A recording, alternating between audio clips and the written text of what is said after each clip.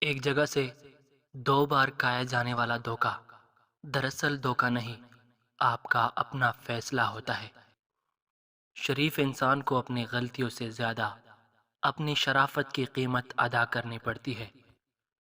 اپنے مخالفین کے سامنے کبھی آنسو مت بہائے، ان کے سامنے ہمیشہ آپ کے چہرے پر مسکراہٹ ہونی چاہیے۔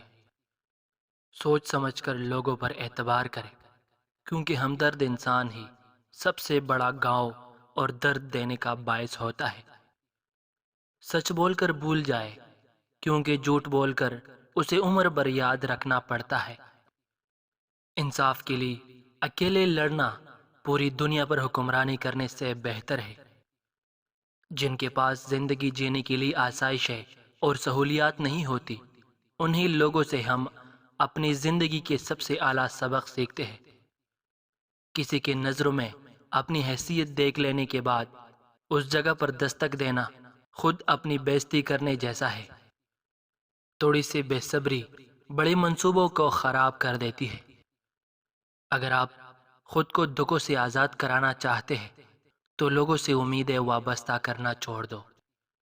انسان کے اندر کمزور ہونے کی سب سے بڑی وجہ اس کے اپنوں کی طرف سے ملنے والے دھوکے ہوتے ہیں۔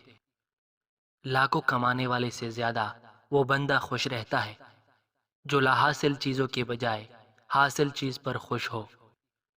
سب سے بہتر وراثت جو آئندہ نسلوں کے لیے چھوڑی جا سکتی ہے وہ اچھا چلن اور بلند کردار ہے۔ درد آپ کی زندگی کو بدل سکتا ہے، اس کو اپنے اندر جذب کرے اور اسے خوشی میں تبدیل کر دے۔ کچھ سیکھنا لیکن اس پر عمل نہ کرنا نہ سیکھنے کے برابر ہے۔ انسان کا دل سمندر سے زیادہ گہرا اور آگ سے زیادہ پراسرار ہوتا ہے۔ کوئی بھی انسان کبھی چاہ کر بھی دوسرے انسان کو نہیں سمجھ سکتا۔ الفاظ ایک ایسا خزانہ ہے جس کو ہر جگہ ضائع نہیں کرنا چاہیے۔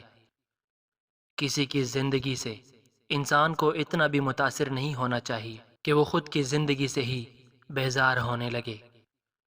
الفاظ چابیوں کے مانند ہوتے ہیں، ان کا احتیاط سے چناؤ کرے۔